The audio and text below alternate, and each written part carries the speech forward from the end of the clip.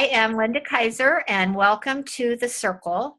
It is Sunday, April 17th, 2016, and my co-host is Morgan Rhodes. We are joined today by Lucy Lopez and Mary Beth Lord, and our special guest is the ambassador of the Red Dragon family and the founder of Global Mission of Peace. Welcome, Mr. Ambassador. How are you? Thank you very much, and I hope that you all are well too. And thank you for inviting me to this program, The Circle. I'm really looking forward to it. We are thrilled to have you. And for those people who are somewhat new to Global Mission of Peace, we were wondering if you would mind giving us a brief history of the Dragon family, and particularly the Dragon family's involvement in the wealth of the world. You see, it's the world dragon, or serpents, and nobles has been around for many thousands of years since creation of man, and basically these ruling families has been controlling nations for thousands and thousands of years, and some of these families and dynasties has still kept alive until today and been hoarding the world's assets and controlling the world's assets for all these years. And basically the different dragons, dragon is a symbolism. Red is also a symbolism. Red symbolizing China, and dragon means royalty. And so basically you could say that it's a part of the Chinese royal family, which is what we can call the alpha omega, or the head of the families. And so that's the organization that I represent. You have also other different dragons from different parts of the world. You have also tigers and other type of symbolism of different people inside of this system and structure. And so basically I've been working inside the system since many years back, and I worked under what at that time still today is VAM1. And after a few years I was engaged, and then later on taken in by the family to do specific works. And one of these works is to wage a war on ignorance and financial tyranny, which I'm doing now for the Global Mission of Peace, and to create awareness how the world really works, and trying to empower people to take charge in their lives instead of blaming people on themselves, to find it inside themselves, to liberate yourself and become an independent person, and basically that we could revolutionize the world by our own actions. Okay, and then we also started a financial thing there, where we are financing people at the grassroots level, and we've been setting up different PCs, City of Science, and this is what we've been working very hard now, which we're going to have a launch in the next coming days, and where people would be raptured to this event, take part of it. So this is what I've been doing now. Lately I was as you all know, I was in Europe traveling around, and in China, and then Asia, and now I'm back in Europe again to continue the work on the City of Science and the Peace Village, and the process for the rapture. So it has been a tremendous hard work, and we continue to do that, and it has been very exciting.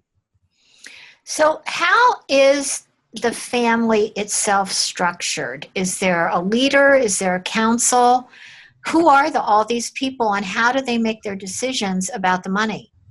Yeah, basically you have a leader, which is the emperor, and underneath that you have a council of the different dragons and tigers, and they are the ones supervising and taking decisions, and then it goes down the ladder and comes to VAM1, and after VAM1 it comes down to the other type of keepers and controllers, and it goes down the pyramid, as we all are aware about the pyramid, and which is today the hidden power structure of the world is the pyramid, but above the pyramid is 5 other levels that is higher than the pyramid, where the real decisions are taking place. So basically it's in that end salon where I'm hiding around. So when you said you were chosen to become part of the family, how did that occur? So you see, the thing is like this: you can be part of the family in different ways. Either way, you are family by birth, or you will become family by certain things that you do. And now, in my case, I have some family heritage. I come from a family, and but not from the Chinese family, from the European family. And so basically, I'm adopted by the Asian families, uh, but I'm still family through my old ways. So basically, that's the way when it look at me. But my master is what we call today the emperor, and so he is the one I follow. And underneath him, I have people that is my senior who brought me in there that has other position which goes under the code name the Red Dragon, and that's basically our connections between East and West. And I was a part of transforming the East Bloc countries and submitting and remitting and activating the BRICS nations as we see today in the Asia Infrastructure Bank. Basically, I given my team Lova Foundation for that some years back, and now we'll continue the struggle with this, but most of what we've been planning and need to do is done, and so for that I'm very happy and satisfied. So going back a ways, so it sounds like the same people have been in charge of all this money for thousands and thousands of years. That was what you were saying earlier, that this money has been controlling nations for thousands of years. Where did the money come from? Who did it belong to? Well, basically, this funds belonged to different entities during times, and as you know, you have wars, you have situation of when countries are waging wars against each other. In these wars, they're losing power and gaining power, and new people taking control. And after a while, the funds come from one place to another. And by being cunning and smart, some people take access this way too. So basically, our family through the ventures became the most powerful family through all these different things through the centuries. And some people were strong in the past, but because of the war mentality, they lost a lot too and perished. For those that are unaware of the structure that you referred to with the pyramid, could you speak a little bit to that and maybe elaborate a little bit more on the tigers and the ambassadors? Basically, the tigers is like the dragons. It's just that not all royals are going under the dragon name. Some royals go under the name which is called tigers, and that is normally due to where in Asia they are from, originally where that family has its ancestry. Okay, so it's another type of royal title. Okay, and the pyramid as we see it today is what we need to change. That is like the 666, and but in that pyramid you have the M1, and underneath that pyramid comes the all-seeing eye, which is the Cabal, and then comes different royals, and then come different bank institutions and United Nations and IMF and World Bank and all these different international institutions that we're all aware of, and then end down you have the national constitutions, and finally lower down the letter you have us, the normal people. Yes, sir? So what I hear you saying is that many people think that the president is the highest, or that the government structure is the highest, and what you're saying is really there's many levels above them, and they don't have as much power as maybe some of the public thinks they do. No, the presidents are basically puppets. Okay, that's the truth. Does the family have any sort of plan on educating the masses about this kind of structure and about other structures? Yeah, we are now trying to wage a war on ignorance and trying to make as many people as possible being aware of the world around them, so that they themselves can take the decisions themselves to do what's right and to save humanity. Okay, but this is all in our hands. Okay, and that's what is important to understand. We collectively can change the world. A lot of people have been calling this year a year of Jubilee. Could you explain that term a little bit and maybe the family's role in it? Now, you have seen during this period of time that some nations has been removed in an effort to promote the Jubilee. But, the Jubilee is also when we as humans decide to liberate ourselves from our own, it's called bondages. And basically when we still realize that we are slaves, and then we realize how to set ourselves free from slavery, which we are facing unknowingly every day. In this time, we have a biggest slavery in human history, okay? But people doesn't even know that they are slaves. A lot of the slavery that you talk about now has come because of the decisions that have been made through, financing war, which countries would be financed, which countries wouldn't. Is there a plan now to somehow help these companies get on, or these countries get on an even footing now that I believe that the power of companies needs to be removed from the connection to the governments. From the what? I'm sorry. The companies needs to lose the power over the politicians. And it's the companies, the weapon industry that makes the money, and everyone that promotes and pushes them to a war. And then they create propaganda through media and through other propagandists and try to promote and, give a wrongful light. But I believe, and that very, very soon you will see the military structure as it was in the past will be dismantled, and we will have a more global aware policing military that will basically try to protect against terrorism and other type of things. Do you see that in the next year or 2 years or 5 years or 10 years? Is that a 20-year project that the world will move toward? No, I think it's already you're gonna start seeing things happening on that probably after the election in the United States. Because we already have so much global cooperation away amongst the militaries of the world. Yeah, but the problem is that it's a club. And right. that club needs to be dismantled. And started over. Yeah. You have to have a global awareness group that is basically represent the face of global.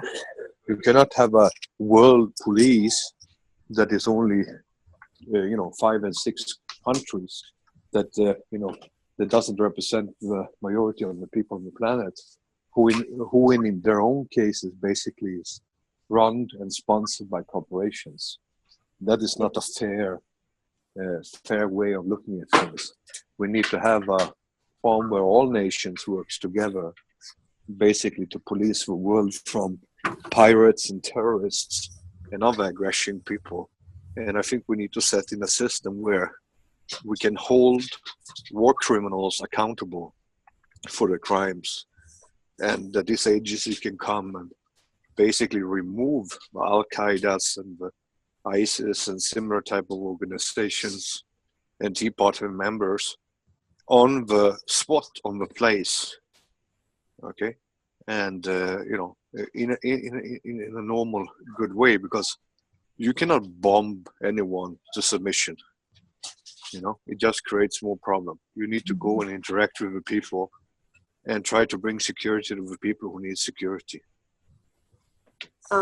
Is this part of your vision of global mission of peace, all this that you're talking about? Yes. Explain a little bit about global mission of peace and what it is to you and why you made it such an important vision in your vision and in your heart. We want peace, we want prosperity and safety to the world. And we want to have a fair guidance of humanity where we can live in harmony with East and West in a balanced way of yin and yang, and without too much trauma, without too much death, and without too much diseases. So I believe that all these things is now taking place in front of our eyes, And we just need patience, but at the same time also we need the people to support whatever we do and personally take responsibility in engaging and interacting with others so that people can be aware of what's going on, so that people are not stealing the elections of America and implementing another tyrant. Okay.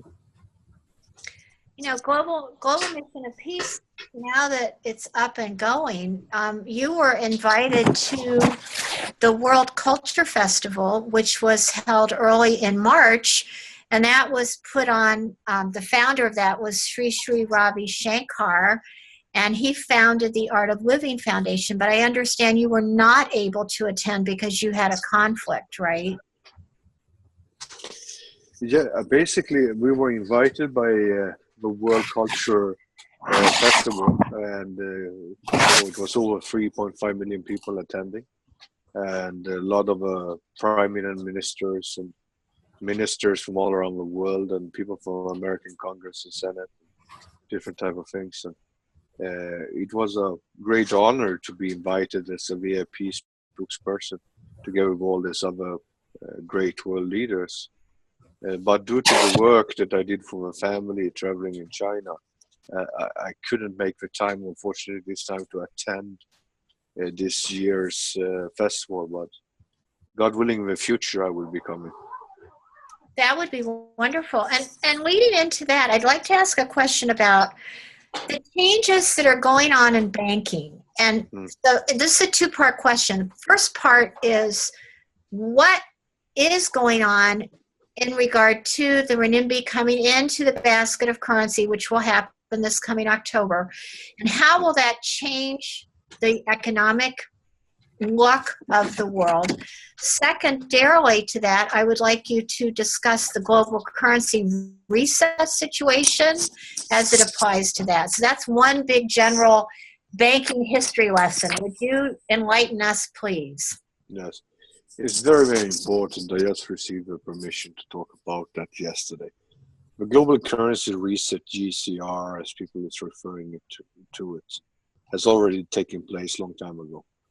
And so basically, you will be seeing now in the coming years ahead how certain currencies will be revalued and basically coming into its true essence.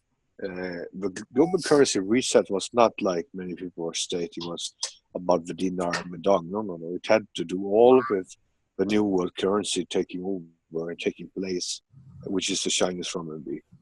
And right now, basically, the Chinese renminbi, you can buy and order it and send it to many banks in the world. It's a tradable currency. It's fully backed by gold. And so basically, the global currency has been taking side. And so if people is asking, oh, the harvest taking place next week, all this type of discussions or talks is coming from, ignorant people who have no real clue of what's really going on around the world of finances. So in reality, the global currency reset has already taken place.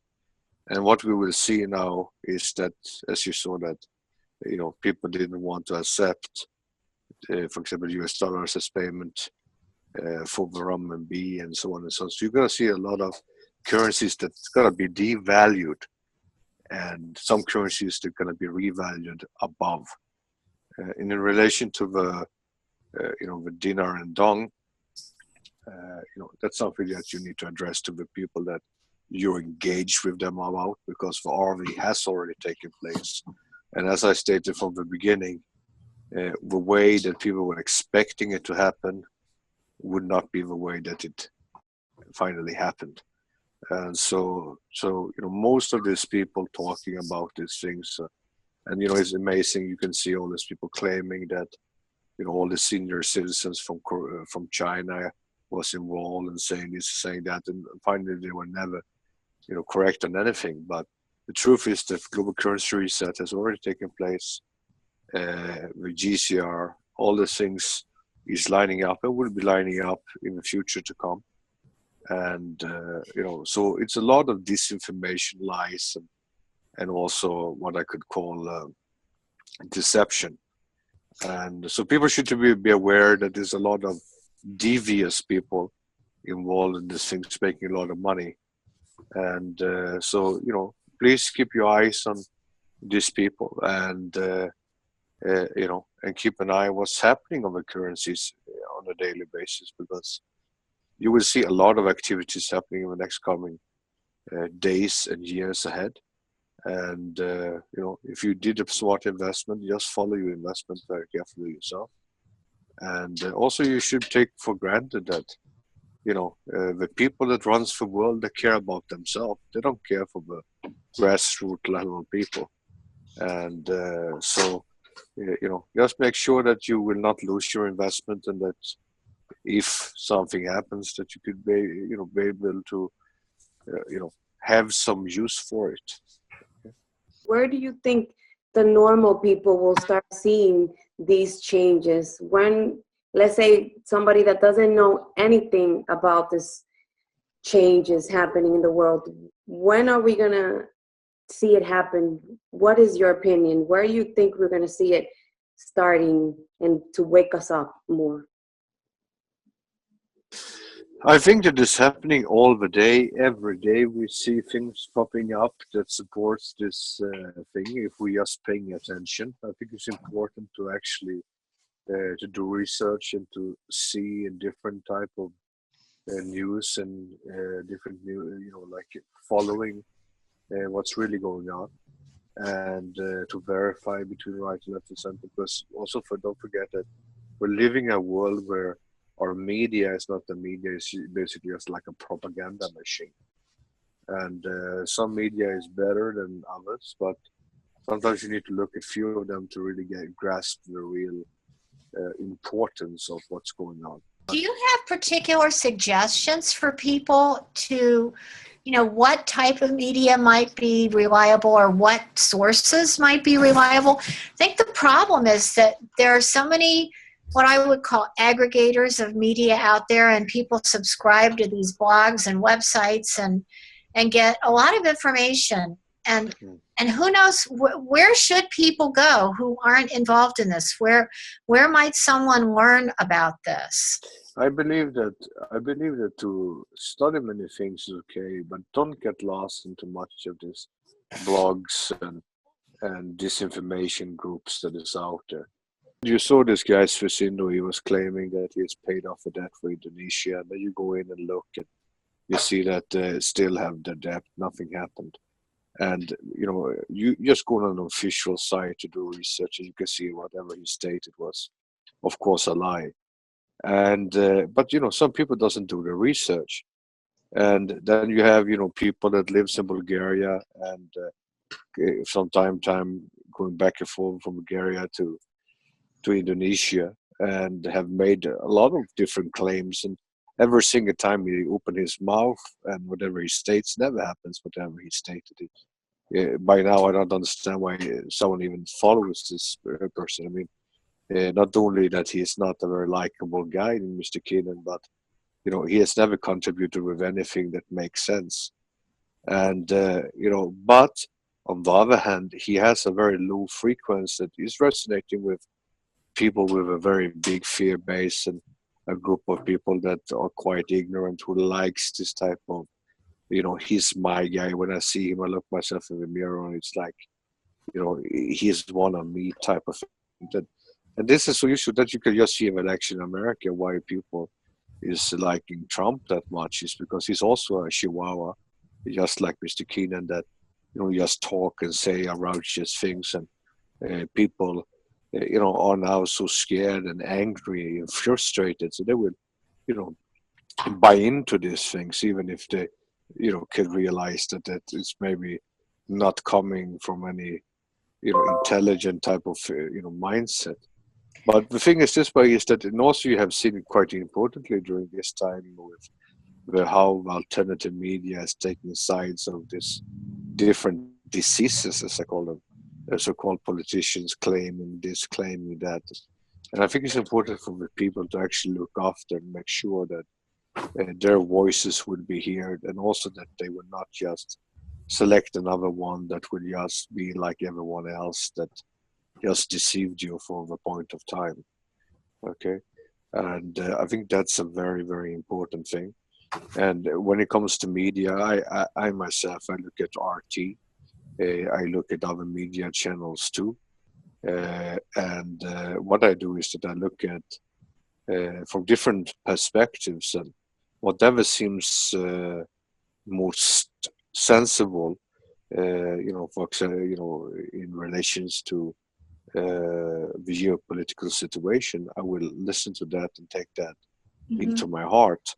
But unfortunately, the Western media that you have, and also some other Asian media, is quite still like basically like a propagandist channel. But what I've seen with RT, for example, is that they've been having a very straightforward approach, and it has been less propaganda than any other channel I've seen so far. And so it's many different channels you could go, but I think to use discernment and look at different things. And then you have all this new age, different so-called news. And, you just need to look at it and discern and think about it, and not get lost, like I say, in this swamp of disinformation. Okay? It is a swamp, isn't it? I think that's nothing more true has ever been said than it is a swamp. But so going back to the pyramid a minute, everybody thinks the Federal Reserve is so powerful, but in terms of their position on the pyramid, they're taking orders from someone else, right? Yes and no. You see, the thing is this way: is that they do to take orders, but sometimes they, not always follow orders, and Right. sometimes they maybe don't listen to orders and claim they do and misunderstood. And I think that it's important to realize that we're dealing with human beings, and human beings are, sometimes cunning. You look at the story of Adam and Eve, for example. I mean, in the Torah, it's stated there that she gave Adam the apple so that if she died, he shouldn't be able to remarry. Okay, this is a very egoistic type of mindset. But you see already from the beginning of the story of the Bible, you have a cunningness and deception and this lying spirits. So I think that it's important for us to look at the human beings as we are and see how can we, as humans, as too much as possible, try to stay, truthful. I have developed a few different diagnoses of people, which I will go and address at a later stage because it's going to take too long time. But, we're talking about the goldfish, but also now I have developed classification of syndromes of people. And, and you can see, like, for example, you have a lot of people who claims that they want to change the world. They claim that they are different, and they claim that they are champions. In reality, they are just like nagging, ungrateful beggars. You understand? And I think this is a big, big problem. People doesn't look at themselves in the mirror. It's very important to look yourself in the mirror. And also, when you give out things, you talk about things, you do things, you have to observe what you say and be truthful. Yeah, you maybe want this to be the truth, but you should not see what you want to be true. You have to try to find what really is the truth before you start talking about it. And people say, I'm always honest. And then you basically are dismantled that you're not. Then, then basically means that you lie to yourself. And I think that there's a lot of people that lies to themselves. There's a lot of people that lives on other people's money. There's a lot of people that don't want to take responsibility for their lives. They want to blame someone else, Satan or God or whoever they find to blame, or the government.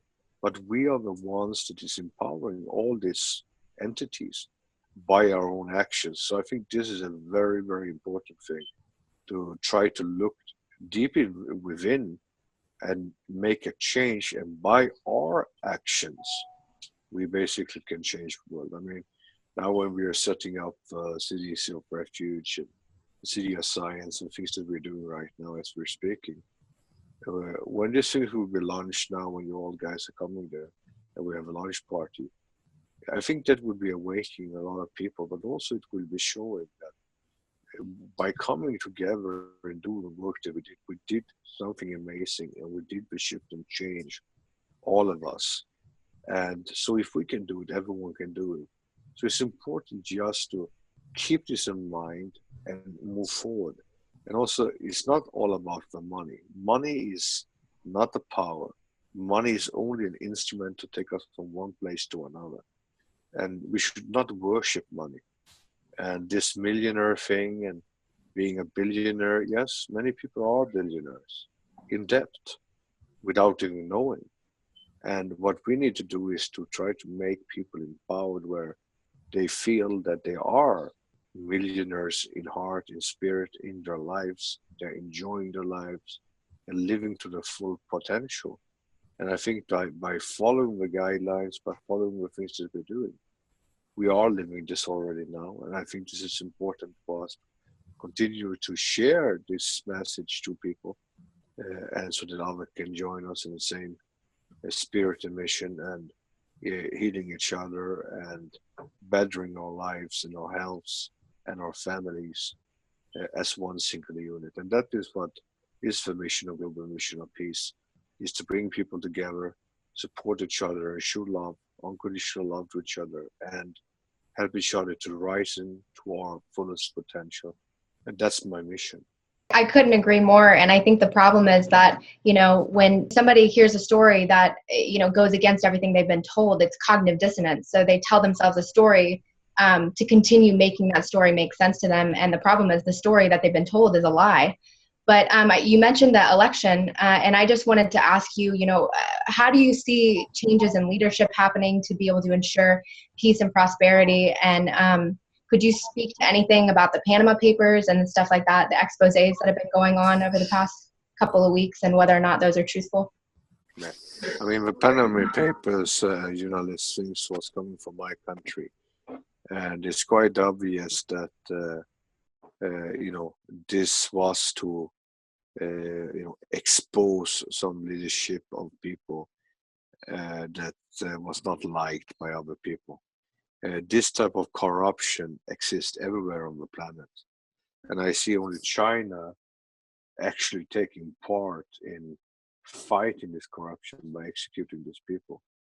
And I think what we need to do here is to actually fight corruption and, remove these corrupt politicians and bankers and other people and hold them accountable. And I think that this is the reason why they were released. Maybe it was not from the first time on the good reason, with a good intent, but let's turn it into a good intent and make it be a role model that can fear off all the others not to commit the same thing over again. So I think that's a very important thing. And when it comes to the people that lives in the old paradigm, who have their own views of reality and consider us as whatever, I think they need to do some more soul searching and reflecting on themselves. Just because they can't comprehend, just because they don't really know, but they think that they know, that everything has to be wrong, everything has to be a fraud, everyone has to be this ever. All this nonsense. They need to reflect on themselves and try to better themselves instead.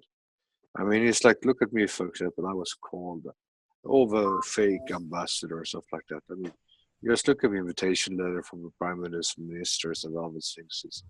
I'm addressed, as you people have seen, by my title, my name. And so basically, still on the internet, it's posted fake ambassador, and by this, a complete fraudulent Mr. Keenan, a guy who basically has cheats and steal people's money. Would you explain who he is, please? Basically, he is, by my opinion, he's what we can call a broker and a treasure hunter.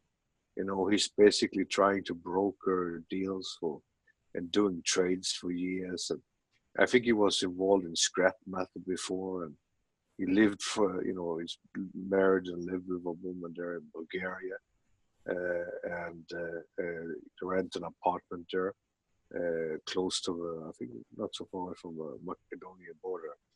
And then he went to Indonesia there, and then after a while, he come in contact with this portion of the family that is related to the Knights of Malta, and basically there he's been claiming he's working with the Dragon family, and he's been hanging around a lot in Indonesia with different keepers and stuff like that, and trying to somehow steal and family money and treasures, and claim to be something that he's definitely doesn't have it in himself to be.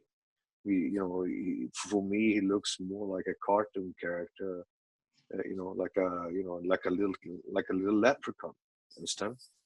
And when I came out first time, I wanted to build a bridge to all the people in the alternative media by wishing him luck, and I think that was traumatizing for him because he knows who he is, so he thought I was insulting him. And I think that this is a problem also. You have Benjamin Fulford, you have many different people claiming that they work in the family or with this society or so on and so on. On the other hand, when it comes to Benjamin Fulford, I have always felt that, even I don't agree with all the information that he has been posting all the time, but I think that he, in the heart, is a good guy and have a good intention. And, I like this person. And I think that, if you have to compare with others, and then you have this Karen Hughes, a woman who has said, even have cease and desist orders on herself many times and still doesn't recognize and continue hunt for money. I feel a very heavy demonic presence over these people, that they are like obsessed of money. And this obsession of money is very dangerous. And you see also in the suicidal cult that there's a lot of people that is there. Why? Because they worship money, and because they want that in their dream. They want to grab this money. They want to all be billionaires and millionaires. And in reality, the people doesn't have anything. And then when it doesn't come to what they want, they get aggressive and start aggressing at this Mr. Zeno. And in reality, I think that Zeno is a victim of all this goldfish that is following his organization. And but on the other hand, I mean, some of these organizations have some good things, some good willing. I mean, if you look at, for example, Benjamin Fulford, he's been quite consistent since I first heard him to now. And I think that sometimes he has some information that is valuable for people to listen to. And then you can turn around and say about these other guys that it's just a waste of time to even listen to them. And, it would be nice if Karen Hughes could be honest and actually tell the truth sometimes too.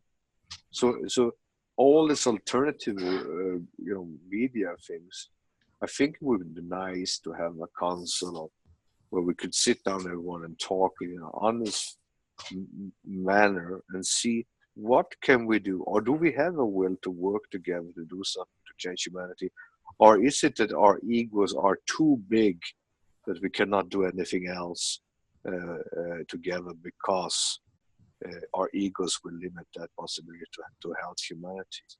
Well, Okay. there's a lot of conversation about the fact that there are keepers. So could you please explain to us what is a keeper and who supervises a keeper? What are the duties of a keeper? That's basically very simple. A keeper is a person that keeps money in an account and has to give an audit of his upline once a year. And basically is not allowed to use this money. He has a fee for keeping these funds. If he's misusing, doing something wrong, he will be cut off the money flow for his for being a keeper, and he will be a keeper until he dies. And then these funds will be remitted, or when he will be called to remit the funds. And also, I want to say something very important. it does not exist any redemption. This is a lie. It's called remittance. You're remitted back. Okay. There's no redemption. So it's a lot of mis words that all these people are using. And who appoints a keeper? Where does a keeper come from? The keeper would be appointed sometimes due to his family heritage, and sometimes because he's chosen of some parties of a higher echelon of the family because he at one point of time was trusted to do this job. And in some cases, these people went astray and start claiming to be owners and misused the funds and now are facing troubles for that. So I think it's important that is also was a part of my mission, was to basically tell the people it's time for a remittance and it's time to surrender. And when in the next coming period of time, when they have to actually do it, I think it's important. Some have already done, but the rest needs to do that too. Then you will see a lot of difference here in the world with projects blowing everywhere, and funds going to be available to do major things for humanity. And I think we're just footsteps away from that time. So when you say that, why? So, okay, let's go back to periodically, every 70 years, things change. Is that what you said once? Yes. Could you explain about that? Yeah, so we are in that 70 circle. The last time was during the Second World War. Uh-huh. And I hope that we're going to be able to make this transition without a world war or without too much war and trauma. I hope that we're going to be able to do this in some way. It already has been too much war and killings already. I hope we're going to be able to do this in a much better, safer, and honest manner this year at this time than the time before. But also, where people has been resisting and delaying. But we're heading forward now in a very good pace, and I have a good belief in humanity, and I think that many people in the cabal is actually trying to repurpose themselves into the new era, and I hope that they will be able to do that, and in their hearts also stay loyal to the mission of 555. And now when the 666 soon will be here, I think it's time that we need to come back together. And this is what I said, that we have to live by example. We have to live by our deeds. And when we do that, then we're going to be able to change the hearts of people. And people will join us and follow us by our actions. And if people come to me just for money, then please don't come to me. If you are here to actually do something to change the world and humanity, then please come. Okay? And because the loyalty is very important and the mission is important. As I told many times to people, we had the true vision of peace that was hijacked and sabotaged by a certain individual. I told her that basically, it's not the platform that's important for me, it's the mission. So we had to turn the vision into a mission.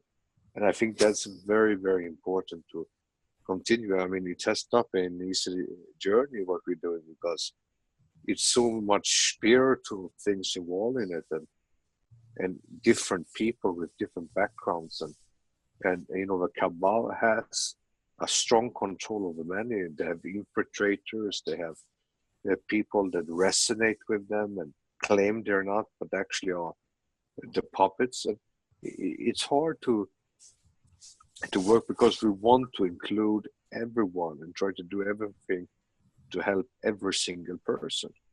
And then you have some people that doesn't see what we do and doesn't understand, and that's sad, but that's the way it is, and it's nothing we can do about it. We just have to continue focus on our mission, do our work, and we will be successful. So you have Global Mission of Peace now. You have an amazing team, and you have a lot of people who have come forward with projects to really go out and help the world. How do you see the world in about a year from now? I don't dare to say it. Okay? I just know what we will do in 1 year time, and that looks very good. But what the world will do is a different thing. That's up to the people of the world. So what do you say about what we're going to be doing? Exactly. Yeah. So basically, what we're going to be doing, we are starting now with our City of Refuge. We're starting here with our projects that we've been doing, and we are now working on our projects already. Mhm. And when these platforms are ready for the cities and the places that we've done, from there it will be a spreading to other parts of the world. And that's what we're going to focus on. And we're not going to try to focus so much on what other people do. We're just going to try to make our things the best. Mhm. And basically people that see what we do, they might want to come and join us. And that can become a huge movement.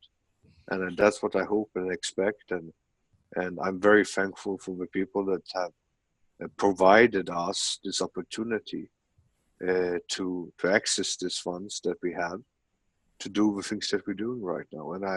And we will be very careful with what we're doing it. We're going to do it in the right way, and we're going to do it to the best of our capacities. And so that's what I wanted to talk with you guys today about. I don't know if you all had some final question. I do. Yes. Morgan, do you have one? Go ahead. Yeah, I just wanted to kind of explain to our viewers a couple of things. If you could just touch on the subject, I have a couple part question. If you could just touch on for our viewers, maybe what shift happened, why the debt creation system is becoming obsolete, why the Western structures and the structures that the Western elites have built are changing, what new term we're entering in, if you could just explain that, and maybe even explain, why the funds were allowed to be used against humanity and why they were, and to benefit the plans of an elite few, and maybe what has changed and why we're using the funds for good now. And if you can't remember all of that, she'll repeat it one question at a time, Abbas. Yeah. I would actually address it in the right order. Why did some people use it for bad? Okay, because some people doesn't believe that it was used for bad. Because some people has an idea that the world is completely full with animal souls, and we need to get rid of them. And this is a problem. So all type of depopulation agenda structures was supported and granted by all nations. And due to that, funds were being used for this type of things and still are. And this is something that we need to put a stop for. And also this is a way for the cabal people, or the people in power, to keep themselves in power over the masses and to keep them completely traumatized and in fear.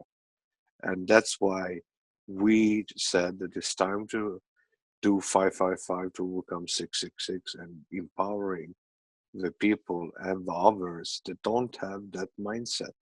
We need to give a power over to people that doesn't have a mindset that they can only plumage and destroy and kill and steal. Okay, and it has been a little bit of a Viking mindset here in Europe and America, where we invade countries based on lies and kill and steal and plunder them. And as soon as they do anything to cause any form of resistance, then we call them terrorists. And in reality, we are the terrorists, and not only that, we are the tyrants. Okay, and it's time for the world to stop suffering. And I think that maybe the East will not, suffer the people the same way as we've been suffering, because we can talk shit about many countries, but we are traumatized by Iran, but Iran has not invaded any country. We look at the trauma of South Korea and North Korea, but same thing there. We don't see any invasions going on. And China didn't invade any country, and Russia didn't invade country. Last country they invaded was actually Afghanistan. Now you got some people say, "Oh yeah, but they invaded Ukraine, whatever." They protected the people of Crimea.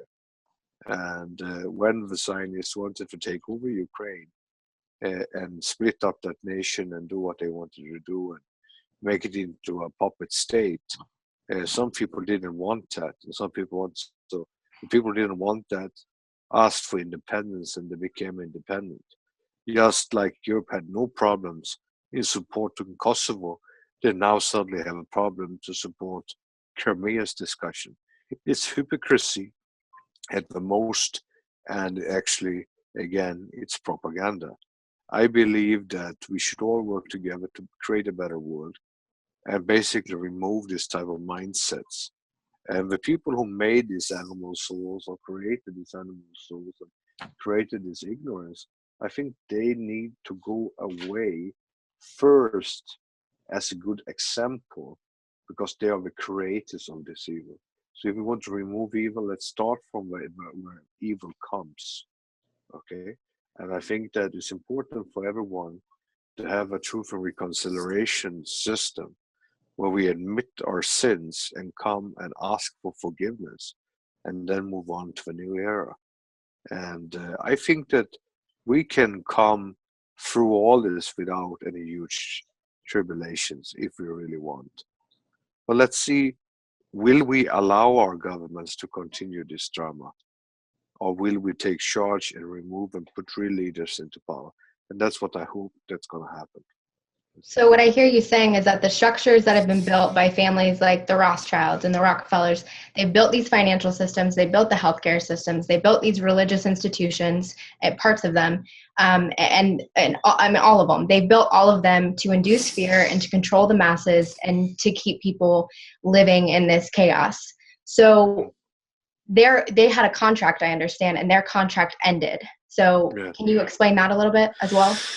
Yeah, of course, the contract ended, but their creations didn't stop to end. You understand? You still see the same things. I mean, you have a lot of Muslim Zionists all over the place. You understand? And like you look at ISIS. I mean, this is the Muslim Zionists. You have Saudi Arabia, which is a Muslim Zionist state, Qatar, a Muslim Zionist state, all these different places, even Ahmadinejad was a Jew. I mean, the situation here is that we see nations of Christian, Muslims, Zionists, okay, and that basically, do everything they can to harbor and support the coming, second coming, people think, but on the first coming of Antichrist. And in reality, I mean, many people are so ignorant. It's like I had a discussion yesterday with a person asking me a question about there was a man in London that was killed because he was an Ahmadi Muslim, and these Ahmadi Muslims also believe in love for all, hatred for none, and basically some of the mosque was writing that it's okay to kill all Ahmadis because they're not Muslims. And then I was telling him, referring from it's a saying in the Hadith, basically,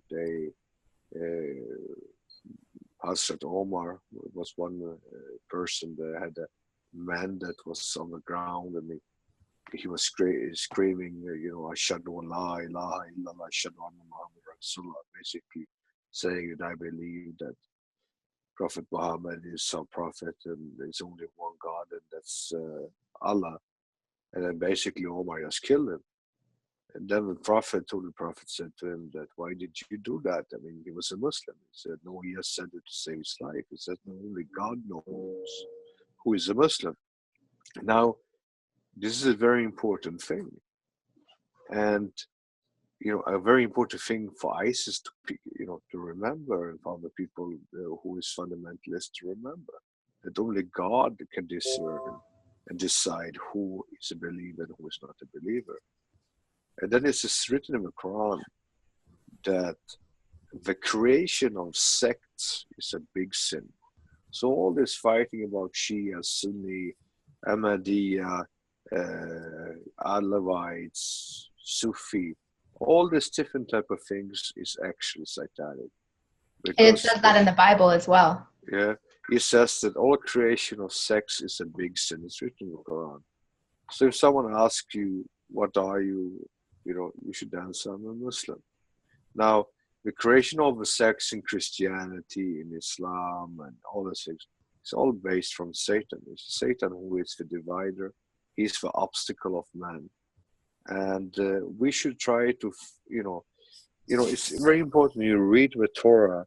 The first portion of the Torah starts with the second letter in the Jewish alphabet. People say, well, why did they start with the first letter? Why with the second? Because God wanted us to know that we should not put the focus, number one, in the Word.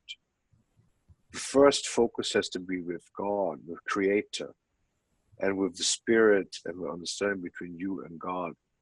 Secondary comes the Word of God.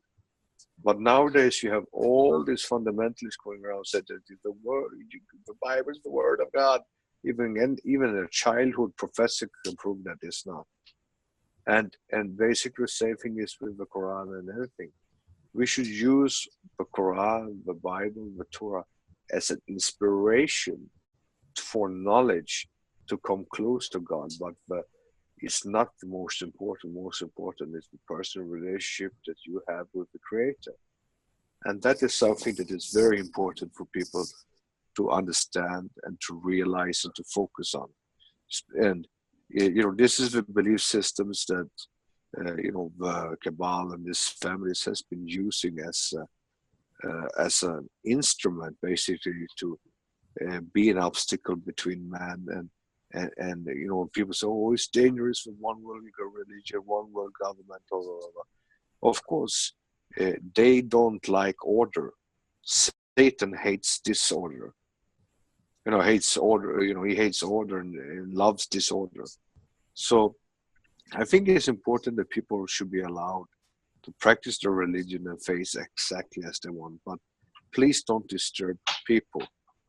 And I think this is a teaching that we need to follow, is that if we are good Christians or good Muslims or Jews or Buddhists or Hindus, people should love and look up us as an example and humans by our actions, not by what we proclaim to be, okay, or arguing over scripture, because unfortunately we will not find any solution with that. So I think that's very, very important to keep the focus on the spiritual side of the teaching and learn and read. I recommend people to take time to read the Torah and also to read the Bible with an objective mind. And same thing with the Quran. And I think that if you have an objective mind reading it, you might be surprised. How did you learn about religion? You see, I was, as a very small kid, indoctrinated in religion and Torah reading, and I had also people in my family from Jehovah's Witnesses, and I memorized the Bible and the Torah as a young kid. And at the age of 12, I saw the deception in this thing and the arrogance, and so basically I just started falling out in a laugh inside the house of worship, and I couldn't stop laughing. My father had to throw me out. And when he asked me why you're laughing, I said, these people are hypocrites. Okay. And at the later stage, I think around 14 or something like that, I started studying the Quran and came in contact with Muslim people. And I find the amazing inspiration of studying Islam. And then I went into Sufi teachings, and I went into Buddhism and Hinduism and all this type of religions.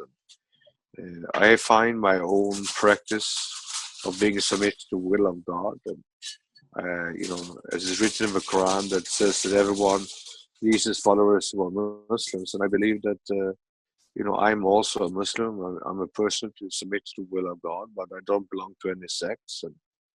And like I like to say, that I want you guys to play is a song that was done with. That song you told us about? Yeah, Sami Yusuf. I cried when I read the lyrics of that. Yeah. This is a very important song with Sami Yusuf. It's called Not in My Name. And I think this is very much symbolizing the way I feel about myself in relation to God and the religion and people. I don't feel resonated with any form of religious people. I feel resonation with the Creator, and I think that people who do things in God's name or in my name, please don't do so if you don't do it with the right intention. And so I hope you guys could share, you can edit it in and share that song at the end of this interview. Well, be we wonderful. will put it under we'll put it the lyrics of that song with this program. But I think I want to say one thing that you said, that when you think about not in my name means not in my name. That also implies that we as citizens have a duty to speak out. That not in my name means you don't get to kill people in my name, period. And I think we have to speak up a little bit. We can't just sit at home and not pay attention. And when you see the lyrics of this song, I think everyone will agree. I'm not kidding. He told us the other day to go look at this song. So I did. And I found a thing on YouTube where it had the vocal and the lyrics and pictures. And I'm telling you, I just sat there and cried for about 4 or 5 minutes straight. I was like, oh my God, it's so serious what's going on in the world. And we have such a big responsibility to be the possibility for peace, but it really does start with us. But one thing I want to ask you, Ambassador, is a lot of people talk about Shemitah. Did I say it correctly? Shemitah. Shemitah. Could you explain what that is, and does that have something to do with the family, and what is a Jubilee year? I don't know, because this is like a Jewish traditional things. You understand? Yeah. It's very important to realize that you have a Jubilee that is basically a Jubilee that we are doing, and then you have a Shemitah, which is this. It's also based on the same thing, the 70-year circle, and then you have what's called the cancellation and setting people free. But unfortunately, the Cabal, what they did, they had the Shemitah, basically bankrupt the people, and then the leaders of the thing, they had the Jubilee.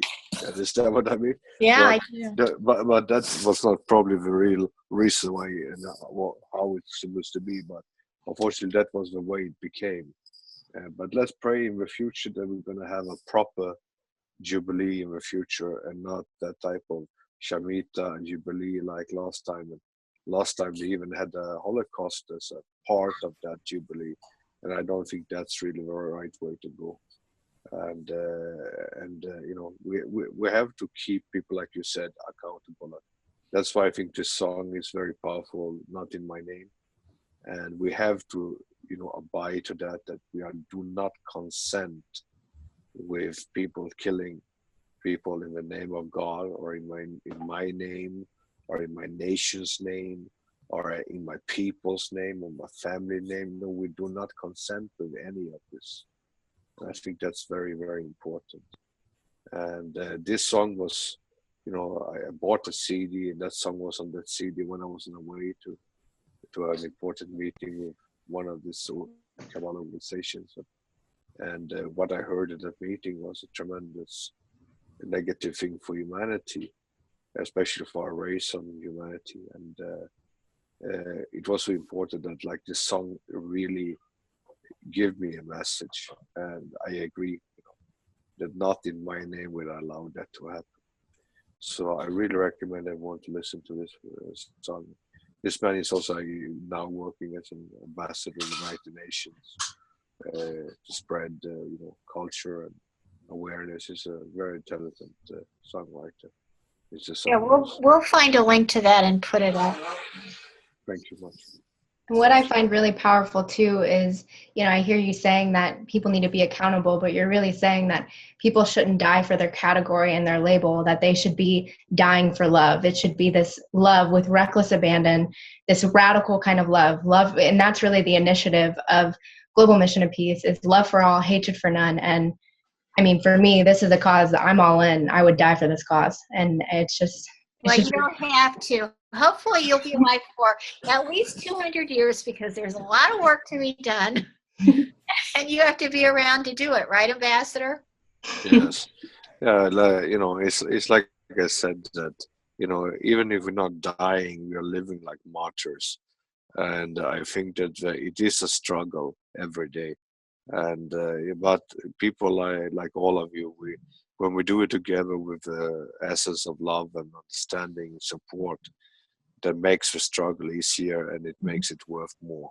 And it's even like I said to a suicide person, mullah once, I said, you should go with good example and blow yourself up.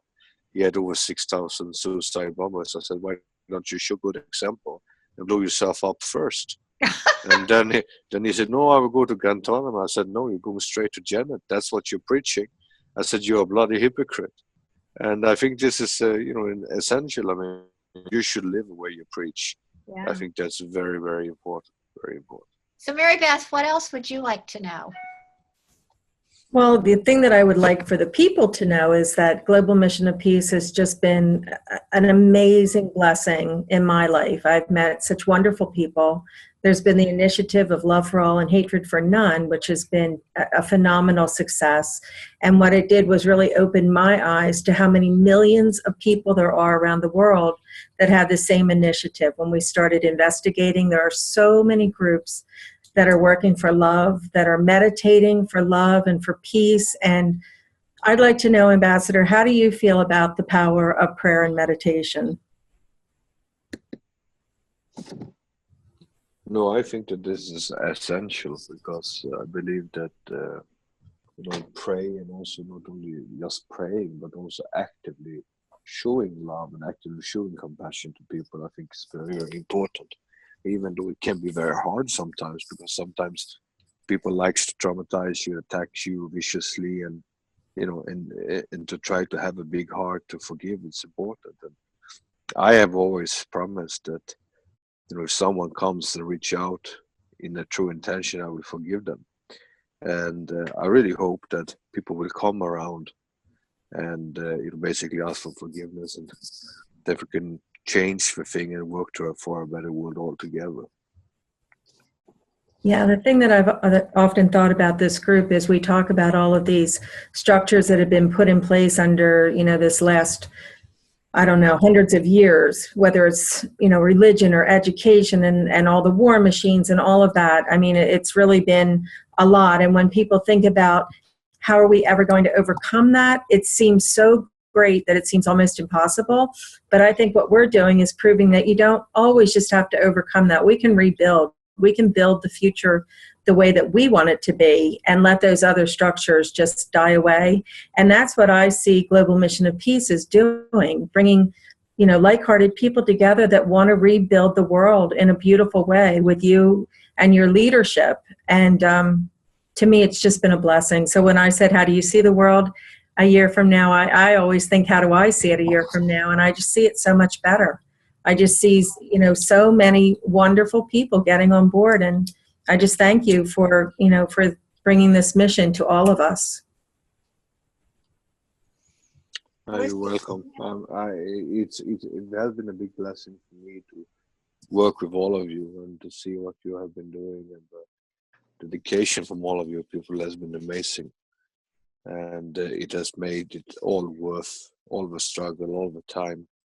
And you know, and I'm very happy to see the result of what we created. And I'm so happy to see, you know, Morgan also being involved as being a young person who is a champion for freedom, and you know, is doing her best to reach out to people in her own age, because I think that's a very much needed thing, because you know, the you know, Kardashians and you know, all these other nonsense people that people are looking up to, and Syrises and whatever they call themselves.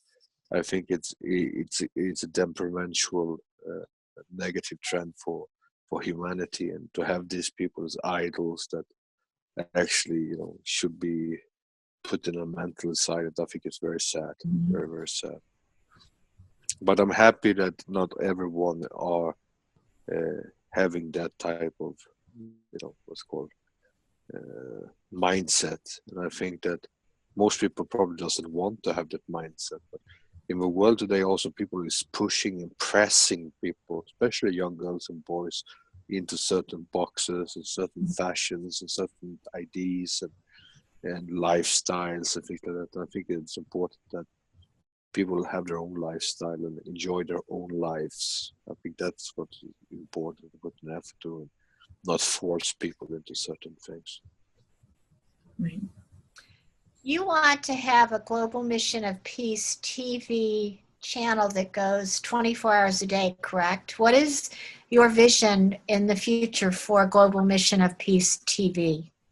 And my vision is to have different type of programs that deals with different type of subjects. Like, for example, the circle I've seen been a tremendous enjoy for many people, and you have Radigas with his programs, and we have had other programs that have been done too, and we are gonna have more programs. We probably gonna have a program which is called the Voice of the Dragon, where I will be speaking maybe once a month to the people, just myself speaking, and then I will come on some programs from time to time. But it's so many talented people in the Global Mission of Peace with so much knowledge and skill, and I think it's important that that knowledge and skill is shared to the people. And since we're being a bigger and bigger family by the day, I think this is a wonderful forum for all of us to share our knowledge and skills to other people. And that was my vision when I wanted to have a Global Mission of Peace. And I'm now happy that it's all up and running. So what kind of grade are you going to give us? Do you think we're doing okay so far? No, I believe that you guys are doing great. I mean, so far I looked at it, it's wonderful, and people are very happy with what you've done, and I think the quality of what you guys have been performing is wonderful. So I'm very happy and proud of all of you. I have a suggestion for you, Mr. Ambassador. And okay, what drew me to this was you and the way you spoke your truth. And besides that is the way and your story behind it, your personal story, which inspired me even more to take action in being who we want to be in this world, to make the world a better place. So I would love for you to have more sessions where you tell us about all those amazing stories, about your personal stories, because when I hear them from you, they truly inspire me. So I know there's people out there like me, I hope, that truly want to hear your story, because I really enjoy them, and they were very key things for me to follow and be so close to you in this mission. So so grateful for you. Thank you very much. Well, I think that maybe we should do a program later where we talk about the life and the mission, and how we came here and what we did. And I think it's also important because whatever happens in life, struggles, hardships, whatever it is, it builds character. And, the things that doesn't kill us would make us stronger. And I think it's important that we continue to work together and do the things that we do and support each other, especially in these days. And I believe also that, for example, that the hardships that I've gone through, the hardships that people had, if we can learn and teach this to others so that we don't need to come into that same situation ourselves, so that we can come to the same awareness without having these things, I think that would be wonderful. You understand? And it's like sometimes some people think, it's just ambassador has this, he has this, and blah blah blah. It's all so easy. This struggle has been very hard from time to time, and very disheartening from time to time. And people, wondering, when is this going to happen? What's going to do? When is this funding going to happen? When is this and this and that? And it is a lot of work behind the scenes, an extreme hard work of the scenes, and also like myself fighting my demons that I've been having since the poisoning, and going out and being there and struggling and fighting with my health and all the things. But I have overcome it, and I'm getting better every day. And God willing, we're gonna be successful. And when we end this journey, I'm gonna be a young man again without any pain. So I think it's just important that we have a belief and we never let go to the belief and trust that we have, even though we might have negative people around us that call us names and aggress on us and being vicious or whatever. But we will overcome these things, and we need to support each other. And some people have suffering things in their family lives, having problems and different things. I think it's important to come together and have an understanding and learn forgiveness and learn how to move forward with each other. And that's something that I think is very, very important, because in these days people take relationships and life too easy. Okay. I think forgiveness is something that many people are very hesitant to do. My opinion is that we have two functions as a person. We can create and we can forgive. And that's pretty much what we do. And I always tell people that you can forgive someone. You don't have to live with them. You can love and forgive them and be separate from them. But forgiveness is an important act as a pure act of creation, I believe. No, I believe that some things that has been done to me during my lifetime, like when they made up this lie and threw me in isolation for over 2 years, and I couldn't see my son and all those different things. When I look at this situation, it stole 2 years of my life and 2 years from my son's life, and it can never be repaid. It can never be recaptured. Yeah. And I can tell you the truth that I even fantasize about killing these people. I would too. I could see that. And when I came to the conclusion to forgive them, I became free. But God took care of things for me, and these people, they received things back that from the Creator. And I believe that if we do the things right, things will come our way. And even when my old grandmaster used to tell me you should be in prison 1 year of life to realize truly the inside of certain things. And I actually, to be honest with you, I learned so much spirituality in that isolation. So, and had such a connection with God during that period of time that it was quite amazing. And I think that if this thing didn't happen to me, I would never be able to, come to that understanding that I came into and realize, the spiritual world the way it is, and also at the same time to become a better human. I think I became a stronger and better human due to it, and it prepared me for my work that I'm doing now. And because now I also feel and understand how other people feel, and I think that many people that works in police and security and military and courts, they have never been traumatized. They've never been victimized. They've been victimizing people. But to be a victim yourself, allow you to see things from a different angle. And I think that it's important to take learning lessons from all your experiences. And I gone through many things in my life, and I always came back stronger. And even the poisoning, it was a situation that really put me off it for a long time. But I'm coming back stronger every day, and I think that it's a part of a learning process. And I think that was the first time I realized that I am vulnerable. I felt like invulnerable, but that made me first time feel vulnerable. And the vulnerability made me see a different part of myself and different part of others. And I think that is also good. So all the negative things we have in our life, we should try to learn from it and make it better. What I respect about you so much is that you look at life from a soul perspective, and you realize that no tribulation or trial that happens on this earth comes between you and your mission, and that your mission is from a soul perspective, and anything that's happening to you here is just a blip on the radar. And you are doing a labor of love, and you're doing a labor from the the most real essence of your soul. And to me, that's what we're here. That's what we're challenging people to do. We're trying to educate them, and we're trying to get them to realize that you don't have to be anyone other than the person you know yourself to be.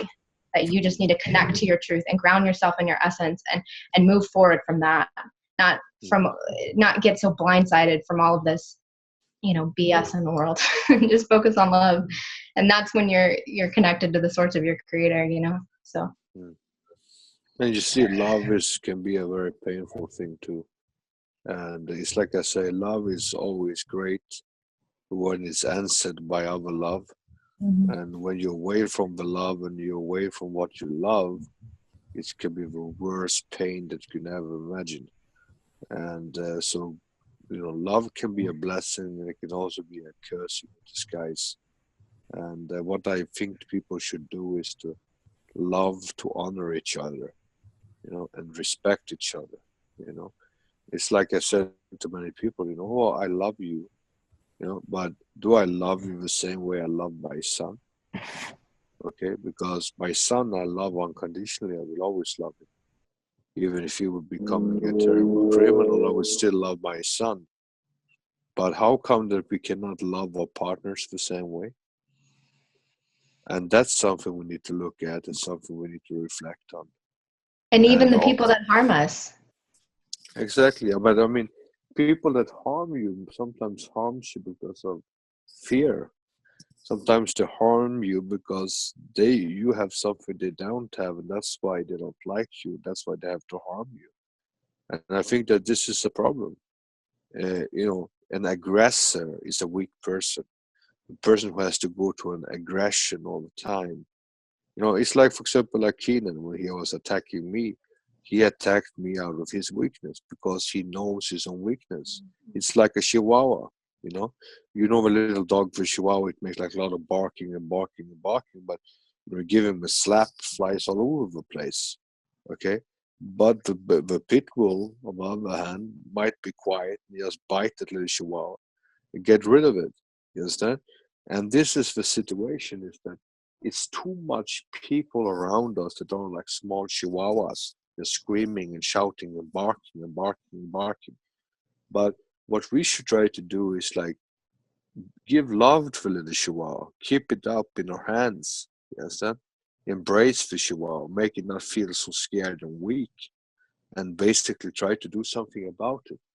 And being, like a gentle lion or panda bear or whatever you want to say, call it. But I mean, it's important to come out and embrace people with love. And like we said, with love for all and hatred for none. You have the two balances here of yin and yang. You have a love and then you have a hatred. These two things go hand in hand. You love a person, then suddenly that love is not, answered the way I want it, and I start hating this person.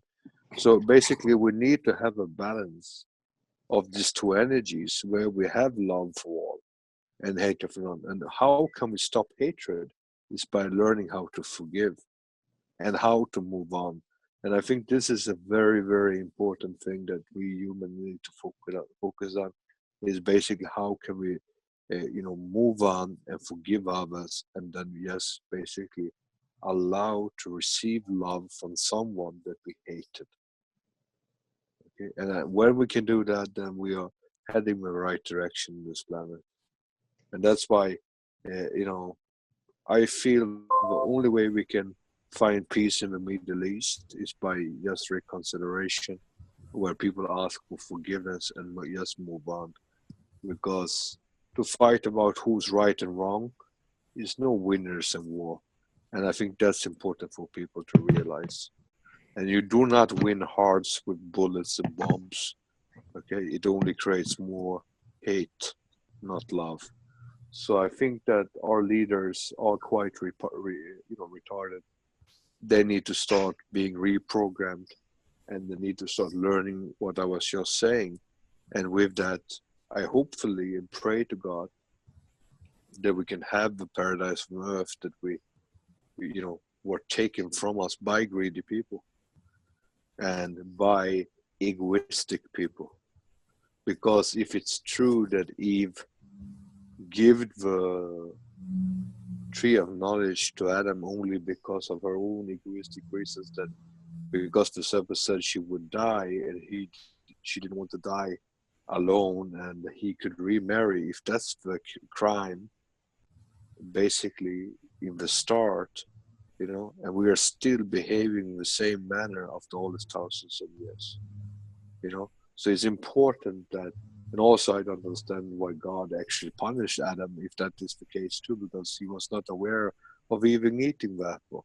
So, but it's a problem that we are actually, by my opinion, they said that we are creating God's image. That I think is bullshit. I believe that we have created God in our image. And that's why God is both evil and good in the same way. But I think that he loves his creation, but unfortunately his creation doesn't really know how to understand his love and compassion. And I think that's what we need to try to do, is try to understand God's loves and condition and how to move forward. What you're saying reminds me of a quote I was meditating on last week by Eckhart Tolle.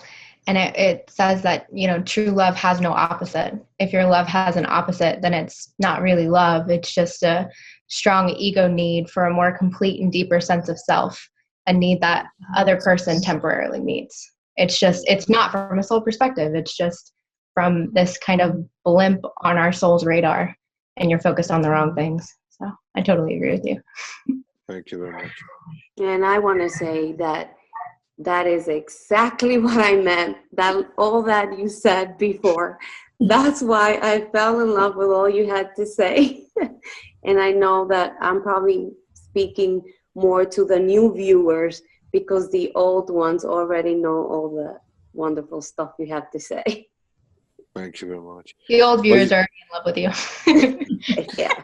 But I believe also, the old ambassador was sidelined with a lot of trying to steer up the aquarium in the goldfish world. But it's good also sometimes to, you have to steer the people out. You have to try to get people to think outside the box. You need to shock them a little bit to start understanding things. But I think it's important to go back to the fundament of trying to understand yourself and to understand how to deal with people. So I think what you guys have done here in the circle, I think is a wonderful thing, and I think it's going to lead to a better awareness for people. We have to learn how to coexist with each other, and I think that the skills of learning how to coexist, I think the circle group can give a lot of good teachings to others to do that, because the problem we have in the world is that we have a problem to coexist because of our programming. And we cannot blame the programming. We have to start engaging and shocking the goldfish in the way that they themselves have to say hello, how are you, do you feel well, yes, instead of just saying and it's like you go from country to country and you see people behaving in different ways, and it is a difference between country and country. It's a huge cultural, spiritual, mental difference from country to country, but we all created by the same creator, and we can all come together when we stop separating ourselves by race and religion. Okay, and that is what I think should end today's program, everyone. And I want to thank you all for having me on this program. I hope to come back someday soon again. Thank you, Ambassador. Morgan wants to make a couple of closing remarks. I think he just closed it. Okay. We'll let it go at that. Yeah. Thank you so very much. And we do look forward to having you back as a guest on the Circle, and for creating Global Mission of Peace and for stepping out in the way that you have stepped out. We truly love you and appreciate that. Thank you very much, everyone. Thank you very much. And God bless you all.